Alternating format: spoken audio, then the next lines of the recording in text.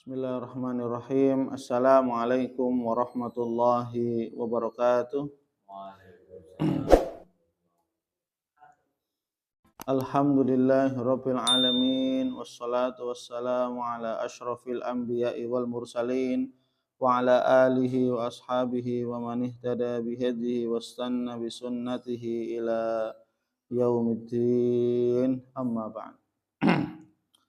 Alhamdulillah, mari kita awali majelis ilmu ini dengan baca doa talabul ilmi. Bismillahirrahmanirrahim. Rabbi zidni ilman, Allahumma anfa'ni bima 'allamtani wa 'allimni ma yanfa'uni warzuqni ilman yanfa'uni. Amin amin ya rabbal alamin. Alhamdulillah, insyaallah pada kesempatan pada subuh kali ini kita akan melanjutkan pembahasan tentang tafsir surat Ad-Duha. Pada pertemuan sebelumnya kita sudah membahas tentang asbabun nuzul, sebab turunnya surat Ad-Duha. Kita mulai dari tafsir ayat yang pertama sampai ayat yang keempat. A'udzu billahi minasyaitonir rajim. Bismillahirrahmanirrahim. Wadduha wal laili idza saja ma wadda'aka rabbuka wa ma qala walal akhiratu khairul laka minal ula. Wadduha, demi waktu duha atau waktu permulaan siang. Wal laili idza saja, dan apabila malam telah gelap gulita, menyelimuti alam semesta dengan kegelapannya malam. Ma wadda'aka rabbuka wa ma qala, tidaklah Tuhanmu wahai Nabi Muhammad sallallahu alaihi wasallam meninggalkanmu, dan tidak pula Allah Subhanahu wa taala menelantarkanmu. Walal akhiratu khairul laka minal ula, dan ketahuilah sesungguhnya kehidupan akhirat lebih baik bagimu wahai Nabi sallallahu alaihi wasallam minal ula, dari kehidupan yang pertama, yaitu kehidupan dunia. Maka dari sini kita bisa melihat bahwasanya Allah Subhanahu wa taala mengawali surat Ad-Duha dengan sumpah. Ya. Sumpah dengan waktu duha. Ya, di sini disebutkan aqsama ta'ala biwaqtid duha. Allah Subhanahu wa taala bersumpah dengan waktu duha, di mana waktu duha adalah bagian dari ciptaan Allah Subhanahu wa taala. Waktu duha, waktu fajar, waktu siang, ya kan? Waktu sore, malam, ya, pagi, wal fajr, ya. Ini merupakan ciptaan Allah, waktu-waktu yang telah Allah ciptakan. Ya. Maka ini menunjukkan bahwasanya Allah Subhanahu wa taala bersumpah dengan salah satu dari waktu yang Allah ciptakan. Kemudian Allah juga mengatakan bersumpah dengan malam apabila telah gelap gulita, ya. Menunjukkan bahwasanya Allah Subhanahu wa taala ingin memberikan kabar yang istimewa kepada kita.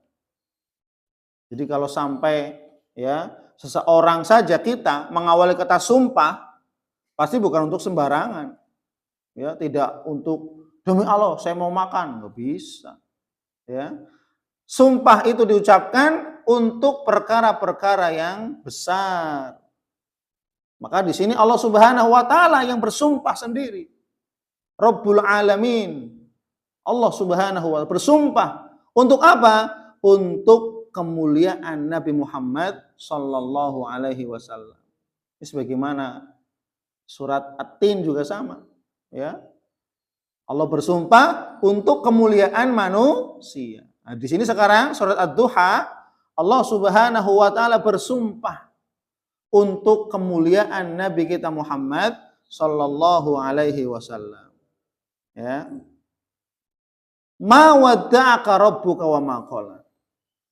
Niscaya Tuhanmu wahai Nabi Muhammad sallallahu alaihi wasallam ma wadda'aka, sama sekali tidak pernah meninggalkanmu, wa ma qala, dan sama sekali tidak pernah menelantarkanmu wahai Nabi. Ya. Maka kemarin terkait tentang sebab turunnya ayat kan, sehari, 2 hari, 3 hari tidak turun wahyu. Ya, padahal itu menjadi bagian dari skenario Allah Subhanahu wa taala dalam menurunkan wahyunya. Nabi harus sabar dulu 3 hari nggak turun wahyu, kemudian sampai diejek oleh istrinya Abu Lahab baru turun wahyu. Ya. Ini kan menjadi bagian dari skenario Allah Subhanahu wa taala. Bagaimana cara Allah Subhanahu wa taala menurunkan ayat-ayatnya. Ada masalah, turun ayat. Ada problem, turun ayat. Ya. Jadi tidak asal sembarangan turun, ya. Turunnya ayat pada momen-momen, waktu-waktu tertentu yang dibutuhkan oleh Nabi Muhammad sallallahu alaihi wasallam. Maka ketika datang ejekan, cemoohan, bahwasanya hei Muhammad, engkau telah ditinggalkan, ya, oleh Tuhanmu, ya. Maka di sini Allah Subhanahu wa taala dengan tegas mengatakan, diawali sebelumnya dengan sumpah. Allah tegas mengatakan, hei Nabi Muhammad sallallahu alaihi wasallam, saya, kata Allah gitu ya, tidak pernah meninggalkanmu dan menelantarkanmu sedikit pun.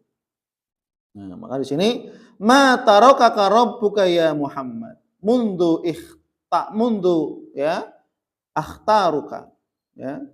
Aku tidak pernah meninggalkanmu sedikit pun wahai Nabi Muhammad sejak aku memilihmu. Sejak aku memilihmu. Mundu akhtaru. Sejak aku memilihmu jadi apa? Jadi nabi. Ya. Wala ubghiduk mundu uhibbu. Dan aku tidak pernah membencimu sejak aku mencintaimu. Ya. Wa hadza radd, ya, wa hadza raddun 'alal musyrikin, dan ini merupakan bantahan bagi mereka orang-orang musyrik. Ya. Qalu hajarahu rabbuh. Ya. Allah meninggalkan Muhammad. Oh, Muhammad sudah ditinggalkan oleh Tuhannya. Enggak mungkin. Nabi kan Khalilullah, kekasih Allah Subhanahu wa taala. Sang kekasih tidak mungkin ditinggalkan. Ya, kekasih Allah Subhanahu wa taala tidak ditinggalkan oleh Allah Subhanahu wa taala, ya. Maka di sini harus menjadi perhatian bagi kita bahwasanya orang yang senantiasa mencintai Al-Qur'an, maka insya Allah Allah Subhanahu wa taala senantiasa bersamanya. Mulai dari alam dunia, alam barzah, sampai dituntun masuk ke surganya Allah Subhanahu wa taala. Coba bayangkan. Makanya keutamaan, salah satu keutamaan dari para penghafal Al-Qur'an, ya, Al-Qur'an akan memberikan jaminan keselamatan di dunia sampai dituntun masuk ke dalam surganya Allah Subhanahu wa taala. Maka bersyukur, ya. Dan bersungguh-sungguh, ya, bukan malah sebaliknya malas-malasan dan seterusnya. Ini tidak boleh, ya. Kemudian Allah Subhanahu wa taala memotivasi Nabi setelah Allah Subhanahu wa taala memberikan penegasan, "Hei Nabi Muhammad, saya tidak pernah meninggalkanmu sedikit pun, sejengkal pun saya tidak. Saya tidak mungkin melantarkanmu." Artinya Nabi tidak pernah ditelantarkan oleh Allah Subhanahu wa taala. Senantiasa mendapatkan jaminan dari Allah, jaminan keselamatan, jaminan ampunan, jaminan surga, jaminan ridho dari Allah, sudah dapat semuanya. Ya. Maka apa? Setelah Allah memberikan penegasan, ya, dan bantahan bagi orang-orang musyrik bahwasanya Nabi tidak pernah ditinggalkan oleh Rabb-Nya sekalipun, kemudian Allah Subhanahu wa taala memberikan motivasi, penyemangat. walal akhiratu khairul laka minal ula. Wahai Nabi Muhammad, sesungguhnya kehidupan akhirat itu adalah kehidupan yang lebih baik laka bagimu minal ula, daripada kehidupan yang pertama, itu kehidupan dunia. Ya. Maka di sini ya, Nabi diberikan ya motivasi untuk senantiasa fokus mencari apa-apa yang bermanfaat untuk akhiratnya. Maka Nabi nggak pernah ketika ada sahabat miskin datang yang penyakitan, ya didoakan, kamu jadi orang kaya misalkan. Ya. Ada seorang sahabiyah perempuan yang dia terkena penyakit ayan, ya. Minta kepada Nabi, ya Rasulullah, doakan akulah supaya aku sembuh dari penyakit ini. Loh, Rasulullah SAW mendidik para sahabat untuk senantiasa cinta dengan pahala, untuk senantiasa cinta dengan amal soleh, untuk senantiasa cinta dengan kehidupan akhirat. Maka apa? Ditawarkan. Ya sudah, kalau saya doakan kamu sembuh, tapi nanti kamu habis itu nggak dapat pahala. Tapi kalau kamu meminta supaya ketika penyakitmu kamu sembuh, supaya ya auratmu tidak tersingkap, saya doakan. Coba bayangkan, padahal kalau kita kan pengennya apa? Cepat sembuh kan? Tapi Nabi mendidik para sahabat, termasuk sahabiyah, sahabat perempuan, untuk senantiasa mencintai pahala, untuk senantiasa mencintai kehidupan akhirat. Kenapa? Karena itulah kehidupan yang kekal abadi selama-lamanya. Kenikmatan yang abadi, yang tidak pernah terputus, berbeda dengan kenikmatan duniawi. Makan lezat, makan mie ayam, makan bakso, makan mie ayam yang terlezat di dunia misalkan.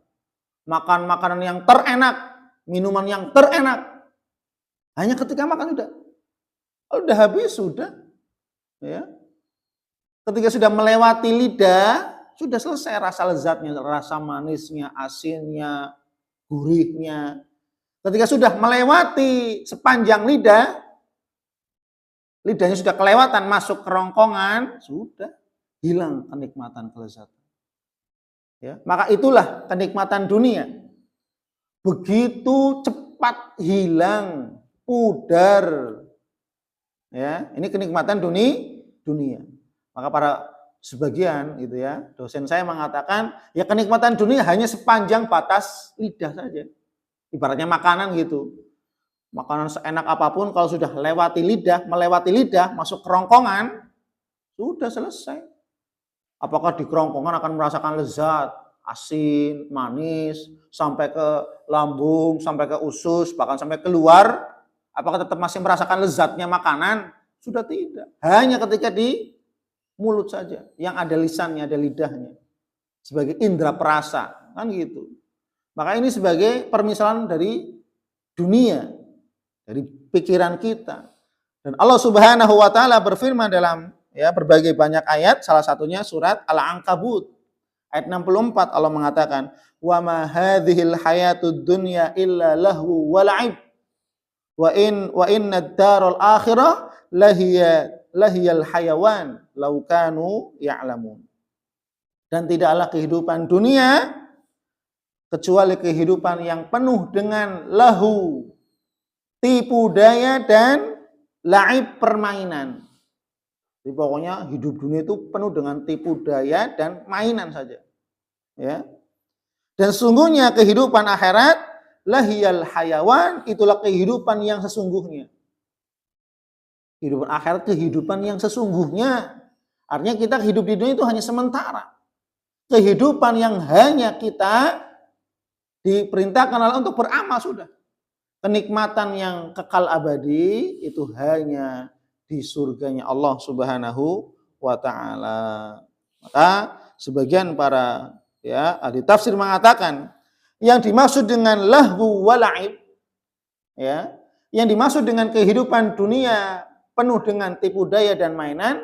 Tipu daya dan mainan itu adalah segala aktivitas pekerjaan manusia yang melalaikan dari ibadah kepada Allah Subhanahu wa taala, maka itu adalah mainannya mereka di dunia. Sendau-guronya mereka di dunia. Lahu, perbuatan yang sendau-guro, sia-sia. Apa gara-gara banyak orang mainan, lupa sebagaimana anak-anak. Anak-anak ketika kita kecil dulu mainan. Sampai dicari sama orang tuanya, malam sampai sore belum pulang-pulang. Nggak makan, nggak mandi, dicari-cari. Karena apa? Saking senangnya mainan, sampai dicari-cari. Nah, ketika sudah dewasa, maka mainannya adalah pekerjaannya. Ya, mainannya adalah profesinya. Lagi senang mainan, kerja. Saking senangnya kerja, lupa untuk sholat, lupa untuk beribadah kepada Allah Subhanahu wa taala. Sehingga apa? Segala aktivitas manusia apa saja, profesi, pekerjaan yang melalaikan dari ibadah kepada Allah Subhanahu wa taala disebut dengan lahu wala'in. Itu adalah sendau-guro dan mainan mereka di dunia. Tapi bagi orang yang beriman, dia cerdas. Waktunya mainan, mainan. Waktunya sholat, sholat. Kan jarang anak yang cerdas. Kalau sudah senang mainan, mainan terus. Tapi ada anak yang bisa ngatur waktu. Waktunya mainan, ya mainan. Waktunya sholat, sholat. Waktunya makan, makan. Waktunya ngerjain tugas-tugas. Kan gitu. Maka marilah kita jadi muslim yang cerdas. Senantiasa pandai memanage, mengatur waktu kita. Kapan waktu kita untuk mainan dan arti kerja, ya. Kapan waktu kita untuk beribadah kepada Allah Subhanahu wa taala. Ya, karena kata Allah, wa innal akhirah wa innad daral akhirah lahiyal hayawan. Sungguhnya kehidupan akhirat, kehidupan yang sebenar-benarnya kehidupan. Ya, bukan kehidupan dunia, kehidupan akhirat, ya. Maka semoga Allah Subhanahu wa taala senantiasa memberikan hidayah taufiknya kepada kita semuanya sehingga kita bisa istiqomah beribadah kepada Allah Subhanahu wa taala sampai akhir hayat kita. Amin amin ya rabbal alamin. Wallahu a'lam bishawab. Subhanakallahumma wa bihamdik asyhadu an la ilaha illa anta astaghfiruka wa atubu ilaik. Wal afu minkum. Wassalamualaikum warahmatullahi wabarakatuh.